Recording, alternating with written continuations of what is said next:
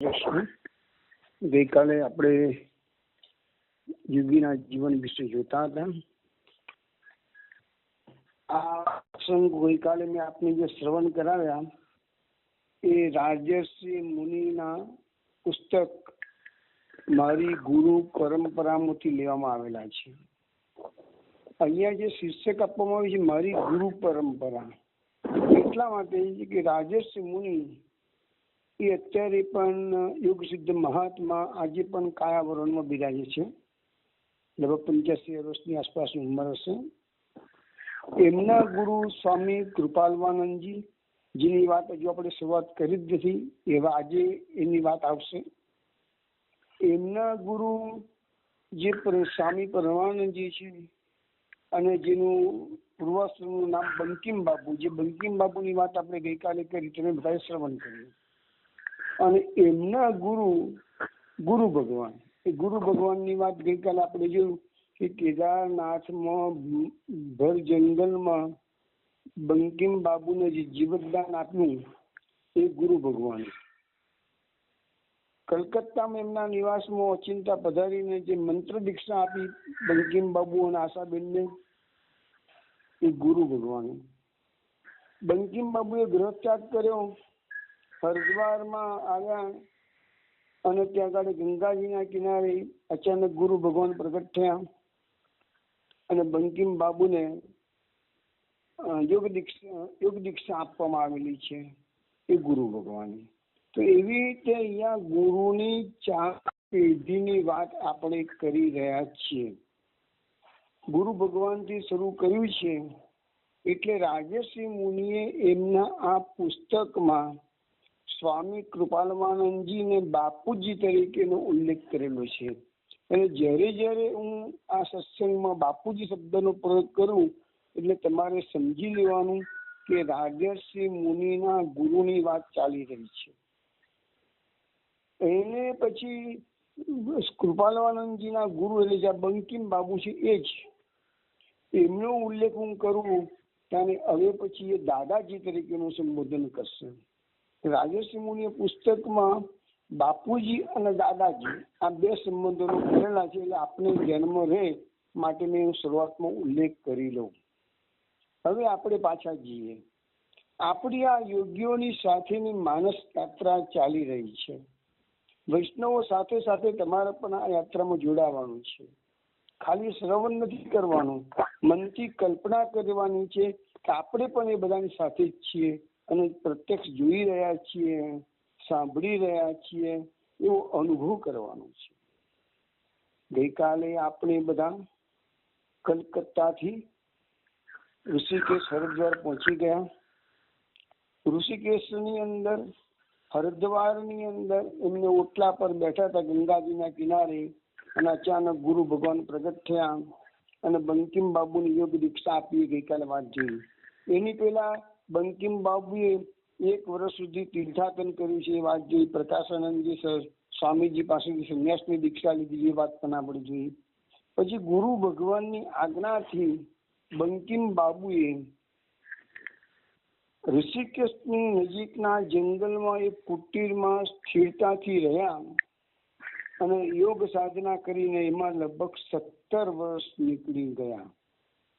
લખ્યું છે કે તે વખતે બાજુના એક અન્ય ક્ષેત્રમાંથી એક સમયનું ભોજન હું લઈ આવતો હતો. એટલે ત્યાં સુધી તો વાત એવી છે કે એમને ભોજનની જરૂર પડતી હતી.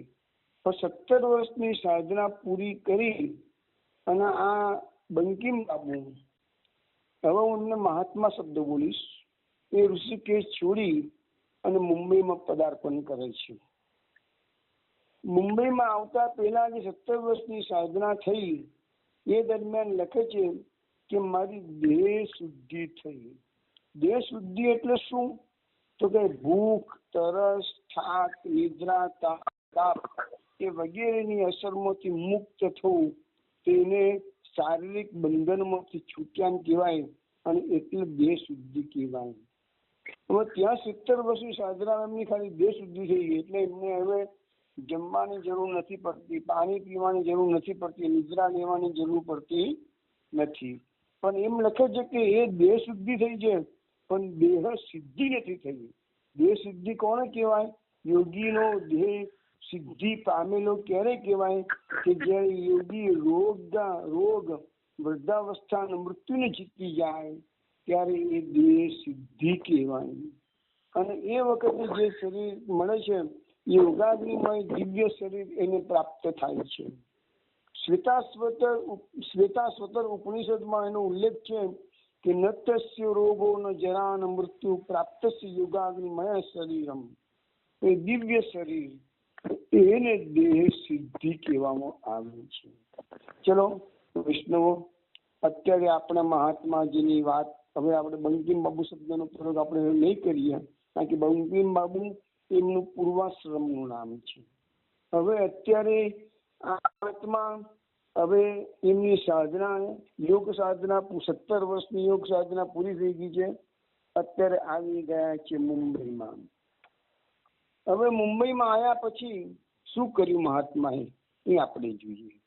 સર્વપ્રથમ મુંબઈમાં આ મહાત્માની જે મુલાકાત થાય છે એ લક્ષ્મીચંદ શેઠને એમના દર્શન થયા. સર્વપ્રથમ દર્શન લક્ષ્મીચંદ શેઠને થયેલા છે.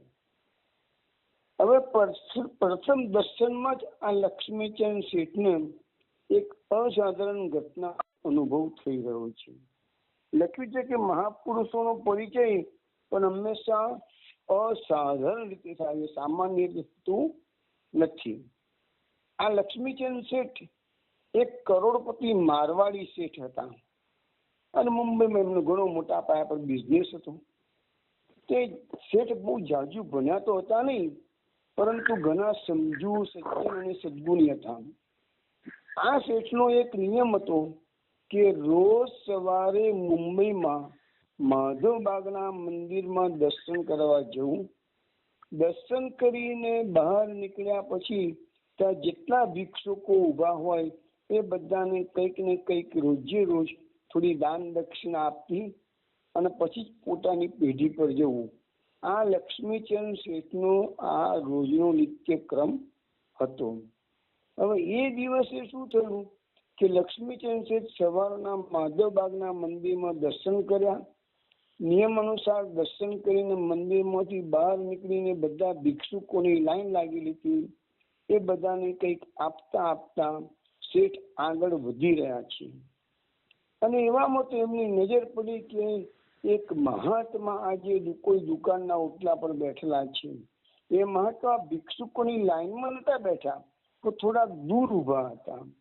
હવે આ લક્ષ્મી શેઠે જોયું કે આ મહાત્મા કોઈ દિવસ મેં દેખ્યા નથી, આજે જ પહેલી વાર મારી દ્રષ્ટિ આ મહાત્મા પર પડે છે, એટલે કોઈ નવી વ્યક્તિ આવી લાગે છે. પણ એમને થયું કે મારો તો રોજનો નિયમ છે, જે બેઠા હોય બધાને કંઈક ને કંઈક આપવું. એટલે દૂર એક થોભલાને અડીને બેઠેલા હતા મહાત્મા. તો મહાત્માને કંઈક આપવાનો વિચાર કરી અને લક્ષ્મીચંદ શેઠ એમની પાસે ગયા અને થોડા પૈસા આપવા લાગ્યા. એટલે મહાત્માજી બોલ્યા, શેઠજી મેં ભિખારી નહીં હું. શેઠ બહુ નમ્ર હતા. એમને કહ્યું કે મહાત્માજી, હું આપને ભિક્ષુક ગણીને પૈસા નથી આપતો. આપ સાધુ છો, ત્યાગી છો એ હું સમજુ છું, પરંતુ ક્યારેક તો આપણે પૈસાની થોડી ઘણી આવશ્યકતા પડી જાય એમ વિચારીને જ આ મારી અલ્પ ભેટ ધરું છું. તેથી આપ એનો મારી અલ્પ ભેટનો પ્રસન્નતાથી સ્વીકાર કરો. શેઠ બહુ જ નમ્રતાથી વાત કરી રહ્યા છે. વૈષ્ણવો ધ્યાન રાખજો, જો પ્રસંગો કેવા બની રહ્યા છે, આ સત્ય ઘટનાઓ છે, એમાં કશું ઓછું. શેઠ કહે છે કે જો તમને કદાચ ઓછું જણાતું હોય તો કહો, હું એનાથી આપણે રકમ વધારે આપું, અથવા તો આપણી કોઈ અન્ય ઈચ્છા હોય તો એ જણાવો, એ પૂરી કરવા હું પ્રયત્ન કરીશ. તો મહાત્માએ કહ્યું, આપ बहुत पैसे कमाते हो? તો શેઠે કીધું, હા, પ્રભુની કૃપાથી મારી આવક સારી છે અને તેથી એમાંથી થોડી ઘણી દાન પેટે હું આપું છું.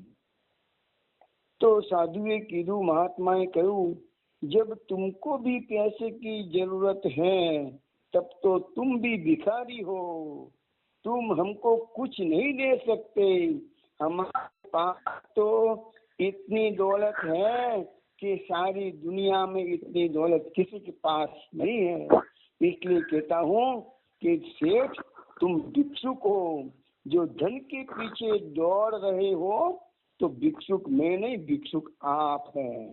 કારણ કે આખી દુનિયામાં ગમે એટલો મોટો શેઠિયો હોય, બધા પૈસાની પાછળ હાજરી નોટ બધા મૂકેલી છે. એટલે મહાત્માના શબ્દોમાં જે પૈસાની પાછળ હાજરી નોટ મૂકે છે એ બધા ભિક્ષુક છે. મહાત્માની વાણીને સાંભળીને લક્ષ્મીચંદ શેઠને થયું, આ સાધુ કોઈ જુદા પ્રકારનો લાગે છે. આવો અનુભવ શેઠને કુદેશ થયો હતો નહીં. એટલે શેઠે કહ્યું, મહાત્મા આપ જે કહો છો એ ઠીક છે, હું ધનવાન હોવાનું અભિમાન તો કરતો નથી, પરંતુ મારો કહેવાનો આશય માત્ર એટલો જ છે કે ભગવાનની કૃપાથી મારી પાસે પૂરતું ધન છે, એટલે તેમાંથી થોડુંક ગરીબો કે ભિક્ષુકોને આપવાથી મારું કંઈ ખૂટી નહીં જાય, એમ સમજીને રોજ યથાશક્તિ દાન આપું છું. આપને સ્વીકાર્ય હોય તો લો, પરંતુ સ્વીકાર્ય ન હોય તો કઈ પરાણે આપવાનો મારો આગ્રહ નથી. મારું આપેલું દાન આપ નહીં સ્વીકારો તો મને કઈ વાંધો નથી, માત્ર આપને સંતોષ થવો જોઈએ. મારો એક નિયમ છે કે ભગવાનના દર્શન કરીને મંદિરમાંથી બહાર નીકળું ત્યારે અહીં જે કોઈ જરૂરિયાત વાળા બેઠા હોય તે બધાને કંઈક સંતોષ થાય એવું થોડું દાન આપવું તો સારું, તેથી મારા મનને પ્રસન્નતા રહે છે. महात्माए कहूँ, अरे तेरे पास बहुत धन है तो यहाँ से सीधा तेरे घर चला जा और उस धन से तेरे लड़के को बचा ले. तेरा धन अगर तेरे लड़के को बचा पाए तो समझना तू सेठ है, वरना तो तू भी भिक्षुक है. वरना तो तू भी भिक्षुक नहीं, तू भी भिक्षुक है. अगर तू बचा पाया तो भिक्षुक नहीं धनवान है. लक्ष्मीचंद શેઠને થયું, મહાત્માજી આમ કેમ બોલે છે? શેઠે પૂછ્યું, આપ આમ વાત કેમ કરો છો? હું આપની વાતમાં કઈ સમજ્યો નહીં. એટલે મહાત્માજીએ સ્પષ્ટતા કરતા કહ્યું, पहले तुम यहाँ से फौरन घर पे जाओ, फिर सब समझ में आ जाएगा कि घर में क्या हुआ है. શેઠે કહ્યું, મહાત્માજી હું ઘેરથી જાઉં છું. મારો નિત્યક્રમ એવો છે કે ઘેરથી નીકળી અત્રે દર્શન કરી અને પછી પેઢીએ જાઉં છું. મહાત્માજી ફરીથી એટલું જ કહ્યું, લેકિન આજ તુમ ફौरन वापिस घर पे जाओ. એમ મહાત્માજી સાથે વધુ વાદ વિવાદ કર્યા વિના શેઠ તો ડ્રાઈવરને હુકમ કર્યો કે ચાલ ભાઈ પેઢી પર ગાડી લઈ લે. સાસ મહાત્મા સાથે વધારે વાદ વિવાદ કરવો હતો જરૂરી હતો નહીં. કારણ કે શેઠ તો ઘેરથી જ આવ્યા હતા, મંદિર આવ્યા, ભિક્ષુકોને દાન આપ્યું અને ત્યાં પેઢી પર જવાનું હતું. વચ્ચે મહાત્માજી આવી ગયા, આ વાત બની ગઈ. મહાત્માજીની વાતો અને કહેવાની રીત પરથી શેઠને લાગ્યું કે મહાત્માનું મગજ કંઈક ચસકેલું લાગે છે. એટલે એમની મોટર કારમાંથી એ સીધા ડ્રાઈવરને હુકમ કર્યો કે પેઢી પર લઈ લે. હવે પેઢી પર ગયા પછી મોટર કારમાંથી શેઠ નીચે ઉતરે એ પહેલા જ એમનો મુનિમ પેઢીમાંથી દોડતો બહાર આવ્યો અને શેઠને જોરથી બૂમ મારીને કહેવા લાગ્યો કે શેઠજી, ઘેરથી બહેનનો ફોન હતો અને આપણને તુરંત ઘેર જવા જણાવ્યું છે. તો શેઠે પૂછ્યું કઈ કારણ? તો શેઠ કઈ બતાવ્યું નથી. લક્ષ્મીચંદ શેઠને થયું કે પેલા મહાત્મા સાચું કહેતા હતા. શેઠ ઉતાવળે ઘરે પહોંચ્યા. ત્યાં જઈને જોયું તો એમનો એકનો એક 8 વર્ષનો દીકરો રમતા રમતા ઉપરના માળેથી નીચે પડી ગયો હતો અને બેભાન થઈ ગયેલો હતો. એટલામાં તો ડોક્ટરો એની સારવારમાં શેઠ પહોંચે તે પહેલા ડોક્ટરો પહોંચી ગયા હતા. કારણ કે શેઠનું બહુ મોટું નામ હતું મુંબઈમાં. ડોક્ટરો છોકરાને બચાવવાની શક્યતાઓ નહીવત લાગી ડોક્ટરોને. શેઠને પણ ડોક્ટરોએ જણાવ્યું કે બેભાન છે, કઈ બોલતો નથી, નાડીના ધબકારા જણાતા નથી, શરીરમાં પ્રાણ હોય તેવું જણાતું નથી. અમારાથી તો હવે આમાં કઈ થઈ શકે તેવું નથી. ડોક્ટરોએ નિદાન કરી દીધું કે અમે કઈ કરી શકીએ એમ છીએ નહીં. શેઠ લક્ષ્મી ચંદની માધવ બાગના મંદિરમાં મળેલા મહાત્મા શબ્દો बराबर याद आया। अगर तेरा धन तेरे बच्चे को बचा पाए तो तू भिक्षुक नहीं सेठ समझना, वरना तू भी एक भिक्षुक है। શેઠ સમજી ગયા કે જ્યારે ડોક્ટરો હાથ ધોઈ નાખ્યા છે ત્યારે મારા માટે મહાત્મા સિવાય બીજો કોઈ ઉદ્ધારનો ઉપાય નથી. પોતાની પત્ની તા ડોક્ટરોને શેઠે કહ્યું, હું હમણાં જ આવું છું. એમ જણાવીને શેઠ લક્ષ્મીચંદ સીધા જ ગાડી હંકારીને માધવબાગના મંદિરે પહોંચી ગયા.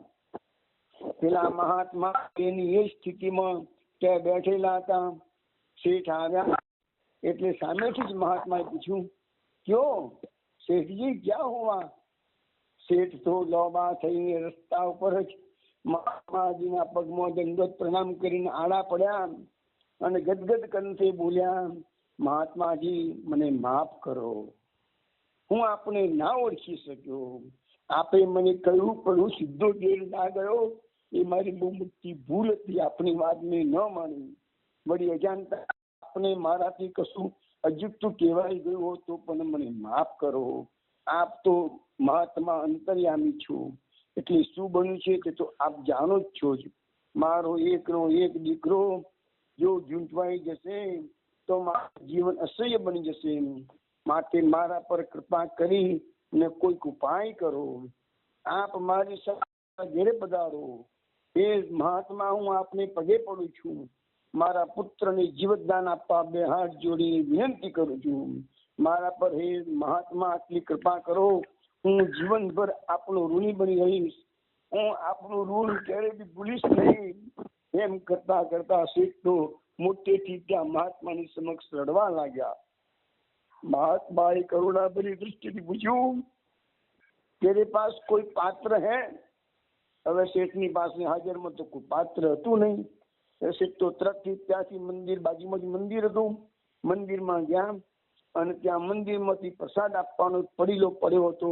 એ તરત શેઠ લઈ આવ્યા.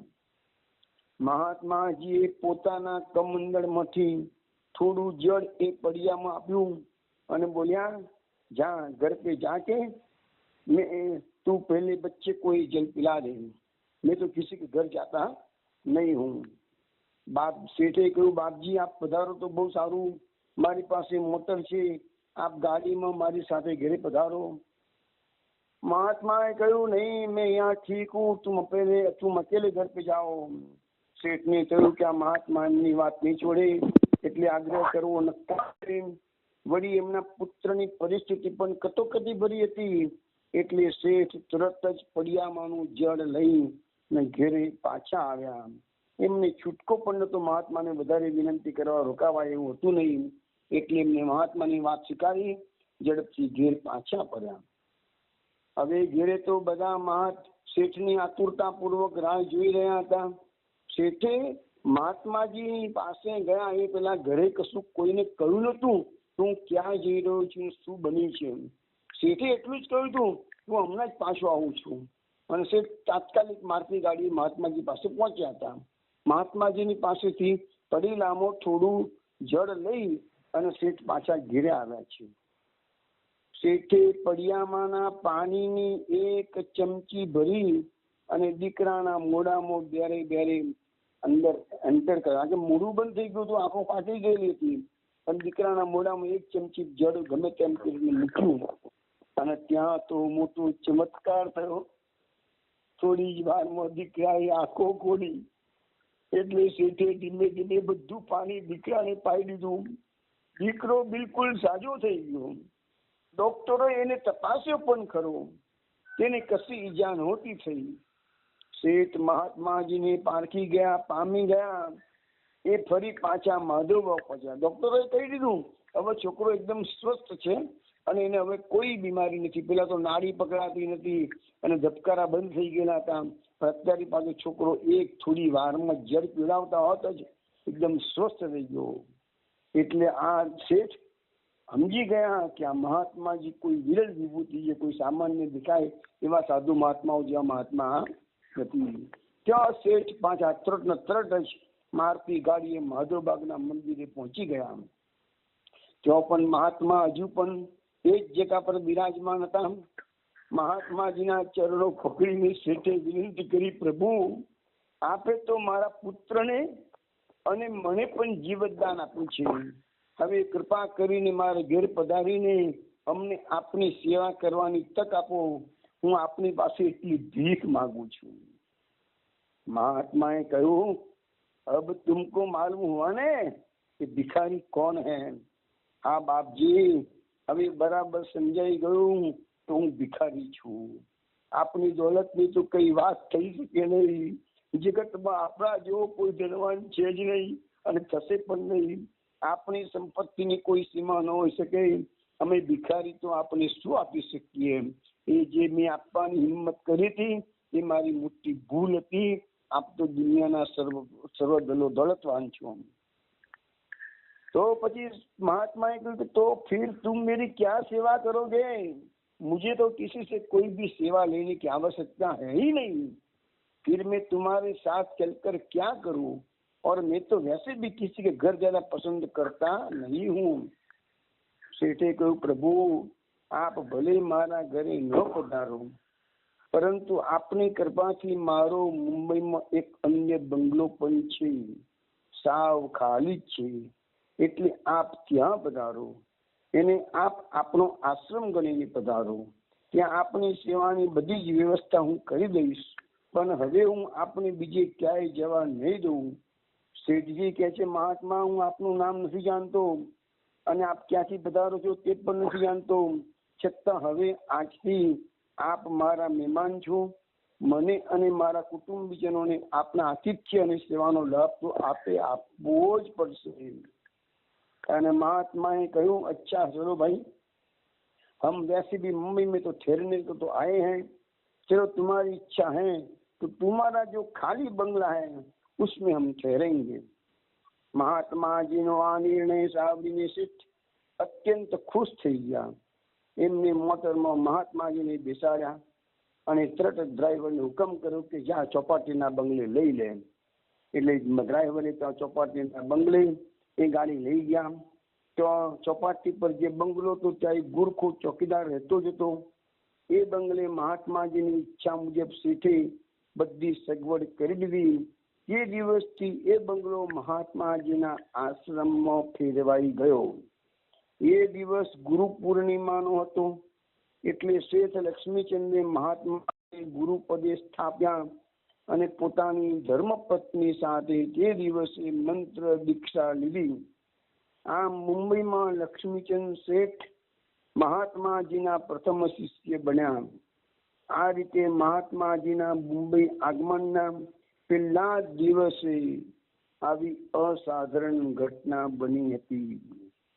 હવે આ લક્ષ્મીચંદ શેઠની બાજુમાં જ બીજા એક ગુજરાતી ધનપતિ રહેતા હતા. તેઓ લક્ષ્મીચંદ શેઠના મિત્ર હોવાથી શેઠના પુત્રને આપેલા જીવતદાનની વાત જાણતા હતા. તેથી લક્ષ્મીચંદ શેઠ પછી તેઓ મહાત્માજીના બીજા શિષ્ય બન્યા. હવે આ મહાત્માજીની ચમત્કારિક શક્તિઓની વાત તો આ શેઠના સર્કલમાં ખેલાતા વાર લાગી નહીં અને માત્ર 15 દિવસમાં જ આ મહાત્માજીના અસંખ્ય શ્રીમંતો શિષ્યો બન્યા. શેઠાણીઓ મહાત્માજીની સેવા કરવા માટે 40-50 માઇલ દૂરથી પણ મોટરમાં બેસી અને આશ્રમને આવવા લાગી. આ શેઠાણીઓ મહાત્માજીનું એકાદું વસ્ત્ર ધોઈને કે મહાત્માજીના ભોજનનું એકાદું વાસણ અજવાળીને અથવા તો સ્નાન ગ્રહ સ્વચ્છ કરીને પોતાને ધન્ય માનવા લાગી. મહાત્માજી મોટે ભાગે પોતાના ખંડમાં જ ધ્યાનસ્થ બેસી રહેતા. પરંતુ જ્યારે તેઓ સ્નાન કરવા ઉઠતા ત્યારે એક સામથી 15-20 શેઠાણીઓ તેમના ખંડને ત્વરિત ગતિથી પોતું કરીને સ્વચ્છ કરી લેતી. તેમની સેવા કરવા માટે સગડી શેઠાણીઓ તલસતી રહેતી. જોત જોતામાં તો આ આત્માના અંતરંગ શિષ્યાઓની સંખ્યા 300 જેટલી થઈ ગઈ. એ બધા નિત્ય નિમિત્ત મહાત્માજીના દર્શન અને સેવા અર્થે આશ્રમમાં આવવા લાગ્યા. બધા તે સમયમાં જ દર્શન કરી તથા સમસ્ત સેવાઓ સમાપ્ત કરી ચાલ્યા જવાનું રહેતું. મહાત્માજીના ખંડમાં પ્રવેશવાની અમુક ખાસ થોડાક શિષ્યો સિવાય કોઈની છૂટ હતી નહીં. બધાએ દૂરથી દર્શન કરવાના રહેતા. મહાત્માજીના ખંડનું દ્વાર રાત દિવસ ખુલ્લું જ રહેતું, એટલે કોઈને દર્શનની મુશ્કેલી રહેતી નહીં. મહાત્માજીના શાંત વ્યક્તિત્વનો અદ્ભુત પ્રભાવ હતો. જે કોઈ એમના સંપર્કમાં આવતું તે તેમનાથી પ્રભાવિત થઈ જતું. તેમણે આશ્રમની મર્યાદાને સુરક્ષિત રાખવા પોતે પણ એક નિયમ ઘડ્યો હતો નહીં. છતાં શિષ્યાઓએ જાતે જ મહાત્માજીના વ્યક્તિત્વથી પ્રેરણા મેળવીને સ્વેચ્છાપૂર્વક અમુક નિયમો ઘડી કાઢ્યા હતા અને બધા તે નિયમોનું ચુસ્તપણે શિસ્તબદ્ધ રીતે પાલન કરતા હતા. મહાત્માજી માત્ર દ્રષ્ટિપાતને કે કદી બે શબ્દો બોલીને શિષ્યાઓના મનને જીતી લેતા.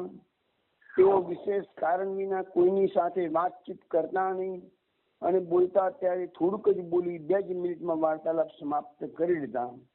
વળી સામી વ્યક્તિ જે દેશ કે પ્રાંતની હોય તે દેશ કે પ્રાંતની ભાષામાં જ વાત કરતા. તેઓ બધી જ ભાષાઓ જાણતા. તેઓ સામાન્ય રીતે બધાને જૂથમાં જ કંઈક ઉદ્બોધન કરવું હોય ત્યારે હિન્દીમાં બોલતા. જો કે સત્સંગ વાર્તાલાપ તેઓ ભાગ્યે જ કરતા. છતાં જ્યારે પણ ઉદ્બોધન કરતા ત્યારે તેમની જ્ઞાનસભર વાણી સાંભળીને બધા સ્તબ્ધ બની જતા. તેમની વાણીમાં સત્ય પરિપૂર્ણ રહેતું હતું. અને આ રીતે આ મહાત્માજીનું મુંબઈમાં પદાર્પણ થયું. આ આશ્રમ મુંબઈમાં ચોપાટી પર. હવે એમને એવો એક નિયમ બનાવેલો કે દર ગુરુવારે સાંજે 3 થી 6 કોઈ પણ વ્યક્તિ આ મહાત્માના દર્શન કરવા આવી શકતી. એ સિવાય 3 થી 6 સિવાય કોઈને દર્શન મહાત્માજી આપતા હતા નહીં. પરંતુ એમના અંતરંગ સેવકો જે હતા એ લોકો આશ્રમનું બારણું સવારે ગુરુવારે સાંજે 3 થી 6 ખુલ્લું રહેતું. એ સિવાય આશ્રમનું મુખ્ય દ્વાર કાયમ માટે બંધ રહેતું અને મુખ્ય સેવક સેવિકાઓ જે હતા શિષ્યાઓ એ બધા પાછલા બારણેથી અવર જવર કરતા અને એ લોકો ગમે ત્યારે આવી જઈ શકતા હતા. પરંતુ સામાન્ય પ્રજાજનો માટે આશ્રમનું મુખ્ય દ્વાર ગુરુવારે સાંજે 3 થી 6 જ ખુલતું. મહાત્માજી આ રીતે મુંબઈમાં આવ્યા છે. અનેક શેઠોને એનો લાભ મળી રહ્યો છે. હવે આપણે મહાત્માજીને અત્યારે આ આશ્રમમાં રહેવાનું કહી દઈએ, વિનંતી કરીને કહીએ છીએ આપ અહીંયા બિરાજો. અમે તો અત્યારે પાછા હવે આપણે ડભોઈ જવું પડશે. આપણે હવે ડભોઈ જઈ ને તોગાડે એમના જે શિષ્ય છે એની જોડે થોડી વાતચીત કરી લઈએ. એમનું શું થયું છે એ આપણે જ્યાં જોઈ લઈએ. તો હવે આપણી યાત્રા ડભોઈ તરફ જઈ રહી છે. ડભોઈની અંદર ડભોઈમાં જે આપણે વાત થઈ કે રાજર્ષિ મુનિના જે ગુરુ છે સ્વામી કૃપાલાનંદજી, એમનો જન્મ ડભોઈમાં એક પ્રભુ ભક્ત સુસંસ્કારી કાયસ્થ બ્રાહ્મણ કુટુંબમાં તારીખ 13 જાન્યુઆરી 1913 ના દિવસે જન્મ થયો હતો ડભોઈમાં. વડોદરાની બાજુમાં ડભોઈ છે ત્યાં. પિતાનું નામ જમનાદાસ મજમુદાર અને માતાનું નામ મંગળાબા. હવે એનું બાળપણનું જે નામ છે એ સરસ્વતી ચંદ્ર રાખ્યું છે. કુટુંબીજનો પણ એને આ સરસ્વતી ચંદ્રને હરિપ્રસાદના હુલાના નામથી, એટલે ઘરમાં બધા એને હરિપ્રસાદ કહેતા હતા, પણ ઓફિશિયલ નામ હતું સરસ્વતી ચંદ્ર. માતા પિતા ચુસ્ત વૈષ્ણવ ભક્ત હતા અને એ બધા સંસ્કારો બાળક સરસ્વતી ચંદ્ર પર વિશેષ પડ્યા. છતાં કિશોર અવસ્થામાં ભગવાન શિવજી, સરસ્વતી દેવી અને અન્ય સ્વરૂપો પ્રત્યે હરિપ્રસાદની આદર ભક્તિ પ્રત્યે. હવે એમના પિતાજી હતા જમનાદાસ, એ રાજ્યની નોકરી કરતા હતા. તેમને થોડી ખેતીની જમીન પણ હતી, પરંતુ 7 પુત્રીઓ અને 2 પુત્રોનું બહોળું કુટુંબ હોવાથી આર્થિક ભીડ રહેતી હતી. વળી અન્ય ભક્તોની માફક જમનાદાસ પણ પરગજુ અને ઉદાર હોવાથી ધીમે ધીમે એમનું કુટુંબ દરિદ્રી બની ગયું. અધુરામપુરુ મોટા પુત્ર કૃષ્ણલાલ 14 વર્ષના, મોટો પુત્ર જે હતો એ કૃષ્ણલાલ નામ હતું, 14 વર્ષના હતા. અને નાના પુત્ર એટલે આપણા જે બાપુજી કહીએ છીએ એ સરસ્વતીચંદ્ર 7 વર્ષના હતા. અને ત્યાં જ અચાનક જમનાદાસ દેવલોક પામી ગયા. કૃષ્ણલાલ તો નાનપણથી સાંસારિક બાબતોથી વિમુખ હતા, એટલે સમગ્ર કુટુંબની જવાબદારી મંગળાબા એટલે માતાજી પર આવી પડી. ધીમે ધીમે એમના કુટુંબ પર કરજનો બોજ વધવા લાગ્યો. એકાદ વખત તો ઘર પર જપ્તી પણ આવી ગઈ. આવી કઠિન પરિસ્થિતિમાં સરસ્વતીચંદ્રને 7 ધોરણ સુધી અભ્યાસ માતાજીએ કરાવ્યો. સરસ્વતીચંદ્ર તેજસ્વી વિદ્યાર્થી હોવાથી દર વર્ષે પોતાના વર્ગમાં પ્રથમ નંબરે ઉત્તીર્ણ થતા. વિદ્યાભ્યાસમાં હોશિયાર હોવા છતાં કુટુંબની દરિદ્ર પરિસ્થિતિને કારણે 7 ધોરણ બાદ સરસ્વતીચંદ્ર અભ્યાસ છોડી દેવો. એ વખતે એમની ઉંમર 14 વર્ષ હતી અને ઈસવીસન 1927ની આ વાત છે. હવે કુટુંબની આર્થિક સ્થિતિ સુધારવાના હેતુથી આગળ અભ્યાસ કરવાને બદલે સરસ્વતીચંદ્રે નગરપાલિકાના જકાત કારકુનની નોકરી સ્વીકારી અને 1927માં આ નોકરી મળી. તે માત્ર 4-5 માસ પૂરતી ટકી. તે પછી ડભોઈની વિખ્યાત વેપારી પેઢી મિસેસ કલુજી ગનીજીની દુકાને નામું લખનાર ગુમાસ્તા તરીકે આ હરિપ્રસાદે નોકરી લીધી. 3 વર્ષ એટલે કે ઈસવીસન 1928 થી 1930 ત્યાં સુધી એમને પ્રમાણિકપણે એ નોકરી કરી અને પેઢીના શેઠની સારી ચાહના મેળવી. હવે આ સમય દરમિયાન ફુરસદના સમયે તેમની પુસ્તક વાંચનનું અને સાહિત્ય લેખનનું કાર્ય પણ કર્યું. તેમના કેટલાક લેખો અને કાવ્યો તે વખતના સામયિકમાં પ્રસિદ્ધ થયા. વળી સાથોસાથ સંગીતનો પણ એમને અભ્યાસ કર્યો. એમના મોટાભાઈ કૃષ્ણલાલ સારા સંગીતકાર હતા. તેમની પાસેથી સંગીતની પ્રાથમિક તાલીમ મળી હતી. ડભોઈમાં રાજ્ય તરફથી સ્થપાયેલી સંગીત શાળા પણ હતી. એમાં ઉસ્તાદ ગુલામ રસુલ ખાં પાસેથી તેમને સંગીતનો શાસ્ત્રીય અભ્યાસ કર્યો.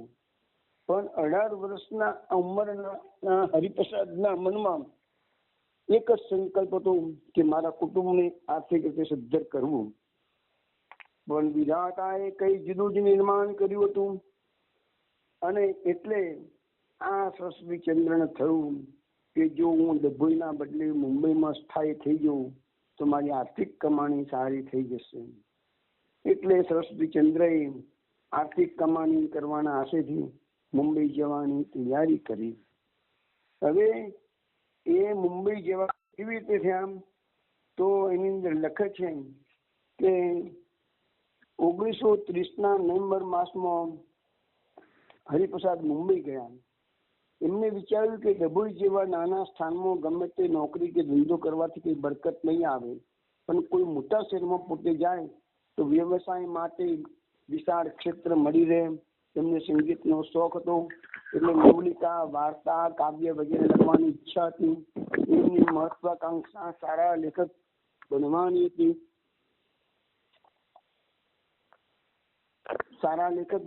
પછી નાટ્ય લેખનની ઈચ્છા હતી. નાટકોનો વિશેષ જમાનો એ હતો.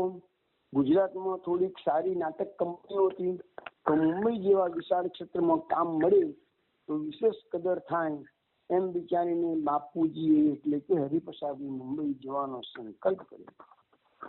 બાપુજીના એક મિત્ર, બાપુજી શબ્દ હું બોલું એટલે તમારે સમજી લેવાનું કે અહીંયા સ્વામી કૃપાલવાનંદજીની જ વાત કરી રહ્યા છીએ આપણે, અને એ ડભોઈ વાળા હરિપ્રસાદ છે એની વાત કરી રહ્યા છીએ. બાપુજીના એક મિત્ર મુંબઈમાં રહેતા હતા. એ મિત્ર પરિણીત હતા, ધર્મપત્ની સાથે મુંબઈમાં રહેતા હતા. બાપુજીએ મુંબઈ જવા માટે સર્વપ્રથમ તેમના મિત્રને પત્ર લખ્યો અને પોતાની ઈચ્છા જણાવી કે મારે મુંબઈમાં કોઈ કામ ધંધો મેળવવાની ઈચ્છા છે, તેથી મિત્ર તને તકલીફ આપું છું, પણ જો ત્યાં મારા લાયક કોઈ કામ ધંધો મળે તેમ હોય તો તું મને લખજે. એ મિત્ર બાપુજીને હરિપ્રસાદ નામથી સંબોધન કરતા હતા. મિત્રએ તરત જ જવાબ આપી દીધો હે પ્રિય હરિપ્રસાદ, તું અનુકૂળતાએ મુંબઈ આવી જા, તારે બીજે ક્યાંય પણ જવાનું નથી, તારે અહીં મારે ઘેર જ ઉતરવાનું છે. તું એક વખત અહીં મુંબઈ આવી જા, પછી કામ મેળવવા માટે સાથે મળીને આપણે તપાસ કરીશું. આ તો મોટું શહેર છે, અહીંયા કામ ધંધો તો 5-15 દિવસમાં કે મહિનામાં તને જરૂરથી મળી જશે. તો બાપુજીને મિત્રના પત્રથી સંતોષ થયો, મુંબઈ જવાનું નક્કી કરી દીધું. પરંતુ તે અરસામાં દિવાળીના દિવસો નજીક હોવાથી દિવાળીની બાદ મુંબઈ જવાનું નક્કી કર્યું. બાપુજીએ દિવાળી દભણમાં ઉજવી. તે પછી તરત જ તેઓ મુંબઈ ગયા. મુંબઈમાં મિત્રને ત્યાં મિત્ર અને એમના પત્ની અત્યંત પ્રેમાળ હતા. બાપુજીને પોતાના ભાઈ તરીકે જ રાખવા લાગ્યા.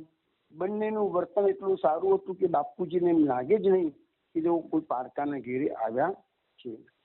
બાપુજીના મિત્રે કાયમ માટે સવારે હળવો નાસ્તો કરી પોતાના કામ પર જવા નીકળતા. બાપુજી પણ તેમની સાથે જ હળવો નાસ્તો કરીને નોકરીની તપાસ અર્થે નીકળી પડતા. સાંજે નિશ્ચિત સમયે બંને પાછા ઘરે સાથે આવતા. રજાના દિવસે બંને સાથે મળીને કામ મેળવવાના પ્રયત્ન કરવા લાગ્યા. બાપુજી થોડા જ પૈસા લઈને મુંબઈ આવ્યા હતા. નોકરીની શોધમાં રોજ ઘણા સ્થળોનો બસ, ટ્રામ કે લોકલ ટ્રેનમાં પ્રવાસ કરવો પડે એ રોજ થોડું ખર્ચ તો થાય છે. બીજું કઈ બિનજરૂરી ખર્ચ બાપુજી કરતા હતા નહીં. તો મુંબઈ જેવા શહેરમાં મુસાફરી જેવું અનિવાર્ય ખર્ચ તો કરવું જ પડે. ત્યાં નોકરી શોધવી એટલે ગજવામાંથી રોજ કંઈક ઓછું થવાનું છે. દિવસો પર દિવસો વીતવા લાગ્યા અને ક્યાંય યોગ્ય કામ ન મળ્યું. હવે બાપુજીની પાસે પૈસા ખૂટી ગયા. મિત્ર બાપુજીની આર્થિક પરિસ્થિતિ બરાબર જાણતા હતા, તેથી તેઓ બાપુજીને અવારનવાર પૂછતા કે હરિપ્રસાદ, તારી પાસે પૈસા તો છે ને? ન હોય તો તું માગી લેજે, શરમાઈશ નહીં, તું તો મારો ભાઈ જ છું. બાપુજી પૈસા ન હોય તો પણ કહેતા પૈસા તો છે. બાપુજીને થતું કે મિત્ર મને પોતાને ઘેર રાખે છે, જમાડે છે, મારા માટે નોકરીની તપાસ કરે છે, મને આટલી બધી સહાય કરે છે, એથી વિશેષ એને માટે બોજ થઈને પડવું તે મારા માટે ઠીક ન ગણાય. પણ મિત્ર અને એમના પત્ની પાક્કા હતા. તેઓ સારી રીતે જાણતા હતા કે હરિપ્રસાદ ભલે પૈસા છે એમ કયા કરજે, બાકી એની પાસે પૈસા નથી. એટલે છાના માના બાપુજીના કોટના ગજવા તપાસી લેતા અને પૈસા ખૂટ્યા હોય ત્યારે એમાં 5-10 રૂપિયા સરકાવી દેતા. તો એ જમાનામાં 5-10 રૂપિયા એટલે ઘણી મોટી રકમ કહેવાતી. બાપુજી બીજે દિવસે ગજવામાં હાથ નાખે ત્યારે એમને સમજાય કે પૈસા તો ગઈકાલે હતા નહીં, આજે ક્યાંથી આવી ગયા. તેઓ કરી દેતા કે પોતાનો મિત્ર અને મિત્ર પત્ની જ આ રીતે મને ગુપ્ત સહાય કરી રહ્યા છે. આ રીતે બાપુજીનું કામ નભ્યા કરતું હતું. બાપુજીએ ઘણી જગ્યાએ તપાસ કરી પણ તેમની યોગ્ય કામ ધંધો ના. આ રીતે તપાસ કરતા કરતા લગભગ બાપુજીને મુંબઈમાં આવે 2 માસ વીતી ગયા. એવામાં બાપુજીનો જન્મદિવસ આવ્યો. 18 વર્ષના યુવાનને પોતાની વર્ષગાંઠ આનંદથી ઉજવવાની ઈચ્છા થાય એ સ્વાભાવિક છે, પરંતુ બાપુજીની પાસે વર્ષગાંઠ ઉજવવાના પૈસા તો હતા નહીં. મુંબઈ જેવી માયાનગરીમાં કોઈ પણ વ્યક્તિની પોતાની વર્ષગાંઠના દિવસે કઈ નહીં તો છેવટે કોઈ હોટલમાં, સારી હોટલમાં જઈને 1 કપ ચા પીવાની ઈચ્છા તો થાય જ. એ રીતે 1 કપ ચા પીને જન્મદિવસ ઉજવવાનો આનંદ માણી શકાય. પરંતુ બાપુજીનું ગજવું તો આગલે દિવસે જ સાવ ખાલી થઈ ગયું હતું. બાપુજીના જન્મદિવસે પણ બંને મિત્રો રાબેતા મુજબ સવારે હળવું ભોજન કરીને બહાર જવા નીકળ્યા. બંને પોતપોતાના ગંતવ્ય સ્થાનોએ જવા છૂટા પડ્યા. ફરતા ફરતા બાપુજીએ ગજવામાં હાથ નાખ્યો ત્યારે તેમને જણાવ્યું કે તેમાં પૈસા ન હતા નહીં, છતાં પોતાનો જન્મદિવસ હોવાથી મિત્રે ઉદારતાપૂર્વક 10-10 રૂપિયાની 2 નોટો ગજવામાં સરકાવી દીધેલી. આમે બાપુજીને મિત્ર પ્રત્યે ઘણો અહોભાવ હતો અને આજના બનાવથી તો એમાં વધારો થયો. પોતાની પાસે બિલકુલ પૈસા હતા નહીં અને આ રીતે જન્મદિવસે 20 રૂપિયા આપી પડ્યા એટલે બાપુજીને આનંદ થયો. એ જમાનામાં ખિસ્સા ખર્ચી માટે 20 રૂપિયા એટલે ઘણી મોટી રકમ ગણાય. બાપુજીએ સવારે ચા નાસ્તો કરીને જન્મદિવસનો આનંદ માણ્યો. સાંજે પાછા ફરતી વખત મિત્ર દંપતીને ખવડાવવા માટે મીઠાઈ ખરીદી. જોકે પૈસા તો મિત્રના જ હતા, પણ પોતાના જન્મ દિવસે પોતે મિત્ર અને મિત્ર પત્નીને મીઠાઈ ખવડાવી એનો સંતોષ મેળવ્યો. રાત્રે મિત્ર પત્ની પણ બાપુજીના જન્મ દિવસ નિમિત્તે સરસ મિષ્ટાન એટલે કે વેડમી બનાવી હતી. બાપુજીને વેડમી બહુ પસંદ હતી. બધાએ પ્રેમથી ભોજન કર્યું અને આનંદપૂર્વક આ રીતે બાપુજીનો જન્મ દિવસ આ રીતે ઉજવ્યો. પરંતુ તે દિવસે રાત્રે બાપુજીને ઊંઘ ન આવી. એમનું મન વિચારે ચડી ગયું. એમને થયું કે પોતે મુંબઈમાં 2 મહિનાથી રખડે છે, હજુ સુધી કોઈ કામ મળ્યું નથી. વળી પોતે મિત્રના માટેના હકના બોજ થઈને પડ્યા છે. એમને થયું કે હું તો પ્રારબ્ધહીન વ્યક્તિ છું, તુચ્છ જીવન જીવી રહ્યો છું. આમ વિચારોના મંથન કરતા કરતા એમને રાત્રે ખૂબ લાગી આવ્યું. પોતાના નિષ્ફળ જીવન પર અત્યંત તિરસ્કાર ઉત્પન્ન થયો. આવું અસાર જીવન જીવવાનો શું હેતુ? એમને જીવન વધુ જીવવા જેવું ના લાગ્યું. આવા કંગાળ જીવનમાંથી છૂટવાનો એકમાત્ર ઉપાય એમને વિચારી લીધો અને તે આત્મહત્યા. આત્મહત્યા દ્વારા મૃત્યુને ભેટવું, આવો દૃઢ નિશ્ચય કરીને તેમને જેમ તેમ રાત્રિ પસાર કરી. બીજે દિવસે તેમને આત્મહત્યા સી રીતે કરવી તેની યોજના વિચારી લીધી. સાંજે તેઓ ભુલેશ્વરના કબૂરખાના પાસે આવેલા માઈ મંદિરમાં દર્શન કરવા માટે ગયા. તેઓ પ્રતિદિન એ મંદિરે દર્શન કરવા જતા હતા. તેઓ મંદિરે પહોંચ્યા ત્યારે સંધ્યા આરતી થઈ રહી હતી. તેઓ તેમાં ભળ્યા. આજે અંતિમ દર્શન માઈના કરવાના છે એવા ભાવથી તેમને માતાજીના સ્વરૂપને નિહાળ્યું. સાથે સાથે મનના પ્રબળ વિચારોને લીધે પોતાના માનસ પટ પર ચોપાટીનો હર્ષ બ્રિજ જોયો. તેની નીચે વીજળીથી ચાલતી ગાડી ત્વરિત ગતિથી ઘસી આવતી દેખાઈ અને તે જ ક્ષણે પોતે પુલ ઉપરથી નીચે ભૂસકો મારે છે અને ટ્રેનના પૈડા નીચે જાણે પોતાનો દેહ ચગડાઈ ગયો છે એવું તેમને જોઈ રહ્યું છે. અને આ રીતે આત્મહત્યા કરવાનો એમને પ્લાન કર્યો હતો. બાપુજીની આંખમાંથી આંસુ વહેવા લાગ્યા. બાપુજીએ ગદગદ કંઠે માતાજીને પ્રાર્થના કરી, માં, મારે આવું તુચ્છ જીવન નથી જીવવું. મને ત્રસ્ત જીવનમાંથી છુટકારો પામવા માટે તું આત્મહત્યા કરવા દે. આરતી સમાપ્ત થઈ ગઈ. અન્ય ભક્તજનો ચાલ્યા ગયા. બાપુજી એકલા જ મંદિરમાં માતાજીની સમક્ષ હાથ જોડીને એક ખૂણામાં ઉભા ઉભા આક્રંદ કરી રહ્યા છે. અને ત્યાં જ એક સમય એક પ્રભાવશાળી સંન્યાસી બાપ મંદિરમાં પ્રવેશ કરે છે. મહાત્માજીએ પ્રથમ તો માતાજીના દર્શન કરતા પ્રાર્થના કરી. પછી મહાત્માજીએ જોયું તો પાછળ કોઈ છોકરો ડુસકા ભરી રહ્યો છે. મહાત્માજી પાછળ જોયું તો આક્રંદ કરતા બાપુજી જોવાયા. એ મહાત્માજી પાછા ફરીને પ્રેમપૂર્વક બાપુજીનો હાથ પકડ્યો, પરંતુ બાપુજીનું રડવાનું અટક્યું નહીં. એટલે મહાત્માજી તેમની છાતી સરસા ચોપ્યા અને હિન્દી ભાષામાં મધુર સ્વરે કહ્યું, બેટા તું રડીશ નહીં, તું મારી સાથે બહાર ચાલ. જાણે જાદુ થયું. બાપુજી રડતા બંધ થઈ ગયા. કઈ પણ આનાકાની કર્યા વિના બાપુજી સંતની પાછળ ચાલવા લાગ્યા. મંદિરની બહાર આવીને બંને મોટા તરફ જવાના માર્ગે ચાલ્યા. થોડે દૂર જઈને મહાત્માજી એક બંધ દુકાન તરફ વળ્યા અને તેની આગળ ઝૂલતા પાટિયા પર બેઠા. પછી મહાત્માજીએ અત્યંત મીઠાશથી કહ્યું, બેટા તારા અંતઃકરણમાં જે આત્મહત્યા કરવાનો વિચાર છે તેને તું કાઢી નાખ. આત્મહત્યા એ નિંદ કર્મ છે. બાપુજીને આશ્ચર્ય થયું કે આ મહાત્માજી પોતાના મનમાં ચાલી રહેલા ગુપ્ત વિચારો કેવી રીતે જાણી ગયા હશે. છતાં સત્ય કથનનો અસ્વીકાર કરતા બાપુજીએ કહ્યું કે મહાત્મા, મેં આત્મહત્યા કરવાનો વિચાર કર્યો જ નથી. આપણું અનુમાન તદ્દન ખોટું છે. માનવ સહજ સ્વભાવ પ્રત્યે બાપુજી સત્યને છુપાવવા કોશિશ કરી રહ્યા હતા. અપરાધતાનો ભાવ તેમને તે મુજબ વર્તવા રહ્યો હતો. બાપુજી સાચી વાત છુપાવે છે જાણવા છતાં મહાત્માજીની આંખો અનુકંપાથી છલકાઈ ઉઠી અને તેમના ઓઠ મળ્યા. મહાત્માજી, બેટા તું તો મોટો સાધક થવાનો છે, શાળામાં અસત્ય ના બોલાય, કે આત્મહત્યાનો નિર્ણય કર્યો છે, આજે રાત્રે તું સેન્ડહર્સ્ટ બ્રિજ પર જવાનો છું, ત્યાંથી કૂદી પડીને વીજળીની ગાડી નીચે ચગાઈ જવાનું ઈચ્છું છું. હું બરાબર જાણું છું બેટા, સાધના કરવી હોય તો પેલા સત્ય ભૂત પડશે. હવે બાપુજીને સત્ય સ્વીકાર્યા વિના છૂટકો હતો જ નહીં, કારણ કે બાપુજીના મનમાં જે ગડબડ ચાલતી હતી એ બધી જ એમને મહાત્માએ કહી દીધી. એમના મનમાં રમતો વિચાર મહાત્માજી બિલકુલ શબ્દશ કહી દીધો. હવે એવા મહાપુરુષની પાસે કશું છુપાવવું એ વ્યર્થ ચેષ્ટા હતી એમ સમજીને બાપુજી મહાત્માને શ્રદ્ધાપૂર્વક વંદન કરતા બોલ્યા, પ્રભુ મને ક્ષમા કરો, હું અસત્ય બોલ્યો છું.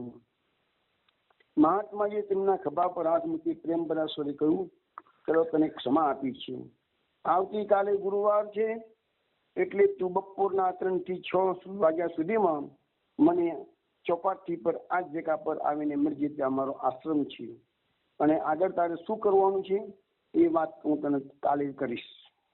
એટલું કહી મહાત્માજી ત્યાંથી વિદાય થયા, અને એમની અસાધારણ પ્રતિભાથી અલ્પકાળમાં જ પ્રભાવિત બનેલા બાપુજી ત્યાં જ ઉભા મહાત્માજીને જતા જતા જોઈ રહ્યા છે. હવે બાપુજીનો સ્વભાવ જ એવો હતો કે કોઈ તેઓ જલ્દીથી કોઈનાથી પ્રભાવિત થાય નહીં, પણ આજે તેઓ અજનબી મહાત્માથી પૂરેપૂરા પ્રભાવિત થઈ ગયા હતા. આત્મહત્યા કરવાનો વિચાર તેમનામાં તે સમય તો રહ્યો હતો નહીં. હવે તેમની મૂંઝવણ જુદી જ હતી. જે રીતે મહાત્માજી આવ્યા અને ગયા અને જે વાત કરતા ગયા એ પાછળનું મર્મ હજુ બાપુજી સમજી શકતા નથી. હવે બીજે દિવસે મહાત્માજીને મળવા માટે બાપુજી ઘેરથી વેળા સમયસર નીકળી ગયા છે, પરંતુ એ જગ્યા એમના માટે અપરિચિત હતી, એટલે બાપુજી ત્યાં સમયસર પહોંચી શક્યા નહીં, અને 3 થી 6 ની વચ્ચે આવવાનું કહ્યું હતું, છતાં પણ બાપુજી અડધો કલાક મોડા પહોંચ્યા. તેઓ ગયા પછી બાપુજીને માલુમ પડ્યું કે મહાત્માજી તો માત્ર અઠવાડિયામાં એક જ દિવસે ગુરુવારે એટલું જ બપોરના 3 થી 6 દર્શન આપે છે, તે પછી તેમના આશ્રમનો દરવાજો બંધ થઈ જાય છે. 6 થી 6 વાગ્યાથી મોડા પડનારને પાછા જ જવું પડે છે.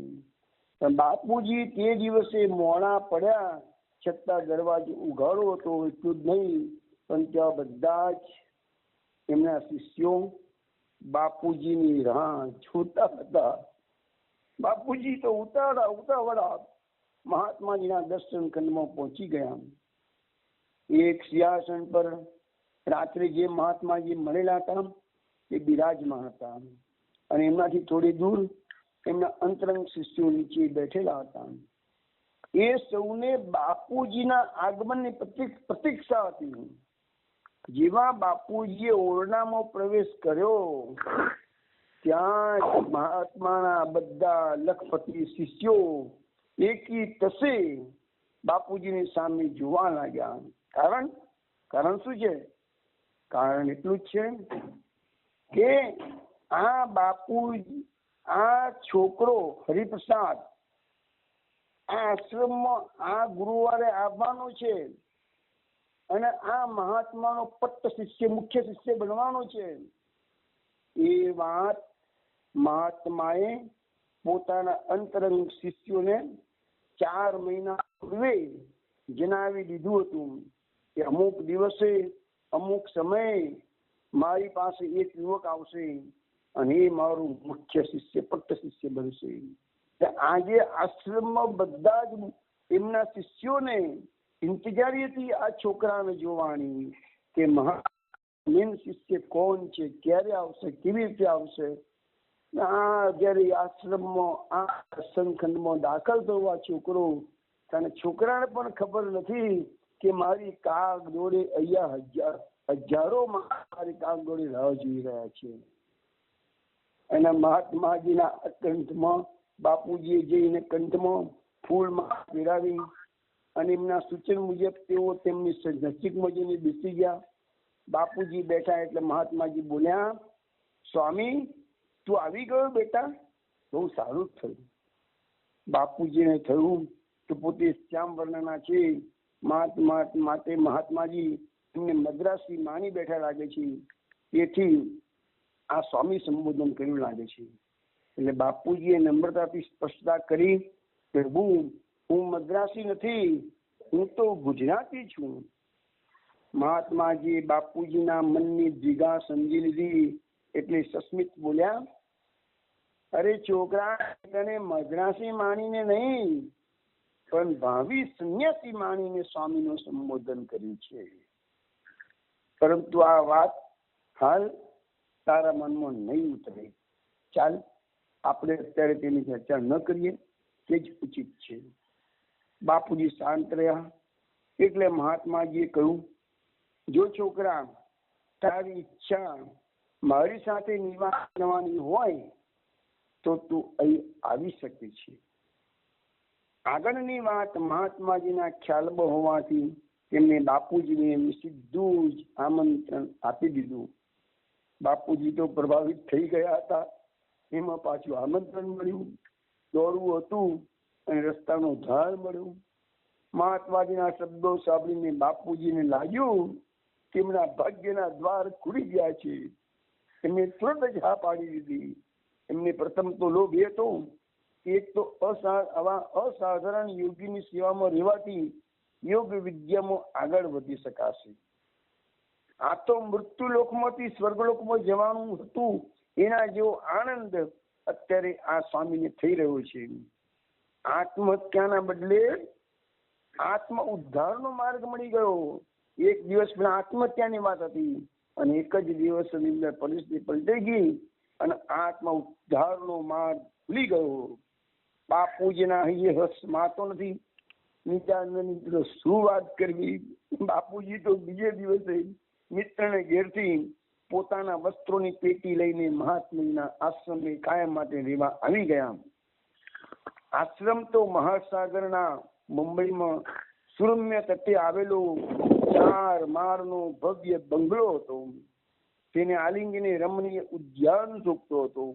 સમગ્ર સ્થળને ઘેરીને મોટો દુર્ગ ઉભો હતો. દુર્ગના આગળના ભાગમાં મુખ્ય પ્રવેશ દ્વાર હતું, જે પ્રવેશ દ્વાર માત્ર ગુરુવારે દિવસ ખોલવામાં આવતું. દુર્ગના પાછળના ભાગમાં એક બીજું નાનકડું દ્વાર હતું, જે અંતરંગ શિષ્યોની આવજા માટે કાયમ ખુલ્લું રહેતું હતું. આવા મનોહર મહાલયમાં નિવાસ કરવાનું સૌભાગ્ય બાપુજીને પ્રાપ્ત થયું હતું. આ મહાલયના 3જા માળે મહાત્માજી નિવાસ કરતા હતા અને મહાત્માજીની આજ્ઞા પ્રમાણે વ્યવસ્થાપકોએ બાપુજીને પણ 3જા માળે રહેવાની ગોઠવણ કરી આપી. મહાત્માજીના નિવાસ ખંડથી બાપુજીનો નિવાસ ખંડ થોડો દૂર હતો. વચ્ચે બીજા 4-5 ખંડો આવેલા હતા. ફક્ત 3જા માળે ફક્ત મહાત્માજી અને બાપુજી 2 જ જણ રહેતા હતા. બાપુજીનું મન આનંદથી છલોછલ ભરાઈ ગયું. તેમને લાગ્યું કે હવે તેમના નસીબ આડેથી પાંદડું ખસી ગયું છે. હજી એક દિવસ પૂર્વે જે પોતાની જાતને દુનિયાવી જીવન માટે નકામી તુચ્છ માની રહ્યા હતા, તે જ વ્યક્તિ હવે આધ્યાત્મિક જીવન જીવવાના ઉમંગમાં રાચવા લાગી. ખરેખર એમ જ છે, જો આપણે દુનિયા માટે નકામા થઈ જઈએ તો જ ભગવાન માટે લાયક બની શકીશું. દુનિયામાં માણસ જેટલો મોટો એટલો ભગવાન માટે ખોટો. મહાત્માજીએ બાપુજીને સવારે 10:11 અને બપોરે 3 થી 4 એમ રોજ 2 કલાક પોતાની પાસે બેસીને શાસ્ત્રનું જ્ઞાન આપવાનું નક્કી કર્યું હતું. તે મુજબ બીજે દિવસે સવારે 10 વાગે બાપુજી મહાત્માજી સમક્ષ હાજર થઈ ગયા. તેમને મહાત્માજીને સાષ્ટાંગ પ્રણામ અને પછી મહાત્માજીની સામે જઈને બેઠા. પ્રથમ સમાગમે બાપુજીએ મૌન રહેવું જોઈતું હતું, પરંતુ તેમની ચિરકાલીન જિજ્ઞાસાને કારણે તેમને જ વાર્તાલાપની શરૂઆત કરી. બાપુજીએ આજ્ઞા માંગી. એક પ્રશ્ન પૂછ્યું. મહાત્માજી બોલ્યા, અવશ્ય. છોકરાએ પૂછ્યું, આપે ઈશ્વરના દર્શન કર્યા છે? મહાત્માજીએ કીધું, હું પોતે ઈશ્વર સાથે એકરૂપ છું. તો છોકરાએ પૂછ્યું, આપે ઈશ્વર સાથે એકરૂપતા કેવી રીતે સાધી? તો કે યોગ દ્વારા. પૂછ્યું, યોગ સાધના કઈ રીતે થઈ શકે? તો મહાત્માજી કીધું પ્રથમ તો તન મનની વિશુદ્ધિ કરવી જોઈએ. એ માટે છોકરાએ પછી શું કરવું જોઈએ? તો નિયમ પાલન સાથે આસન પ્રાણાયામનો અભ્યાસ. તન મન શુદ્ધ થયા પછી છોકરાએ પછી તન મન શુદ્ધ થયા પછી શું કરવાનું? તો કે મનોલય. મનોલય એટલે શું? તો મહાત્માજીએ કીધું મનમાં ઉદ્ભવતા વિચારો આ સાક્ષાત્કાર માટે અંતરાય રૂપ હોવાથી પહેલા તો તેને ક્ષીણ કરી દેવા અને પછી નાબૂદ કરવાના આવે છે. જ્યારે મન વિચાર શૂન્ય થાય છે ત્યારે તે ઈશ્વરમાં લીન બને છે અને એ સ્થિતિ મનોલયની છે. છોકરાએ પૂછ્યું મનોલયની સ્થિતિ પ્રાપ્ત કરવા શું કરવું જોઈએ? મહાત્માએ કીધું ધ્યાન, ધારણા, ધ્યાન અને સમાધિનો અભ્યાસ. છોકરાએ કીધું આપ જે સાધના બતાવો છો તે અષ્ટાંગ યોગ જ ગણાય છે? હા. મહાત્માએ કીધું તું બરાબર સમજે છે. શું આપ મને અષ્ટાંગ યોગની સાધના શીખવવાની કૃપા કરશો? મહાત્માએ કીધું અલબત્ત, પણ તેની સાધના અને ક્રિયાપક્ષ શીખતા પૂર્વે તારે તેના શાસ્ત્ર પક્ષની આવશ્યક જાણકારી મેળવી જોઈએ. તો આપ મને યોગનું શાસ્ત્ર પણ શીખવાની કૃપા કરશો? બેટા, એ હેતુથી જ મેં તને રોજ 2 કલાક મારી પાસે આવવાનું સૂચન કર્યું છે. તે બદલ હું આપનો, તે છોકરાએ કીધું તે બદલ હું આપનો ઋણી છું. તે પછી મહાત્માજીએ બાપુજીને યોગ શાસ્ત્ર સમજાવવાની શુભ શરૂઆત કરી. વૈષ્ણવો, આપણે આ મહાત્માજી અને આ બાપુજીને અહીંયા મિલન થઈ ગયું છે. અહીંયા એમને રહેવા દઈએ.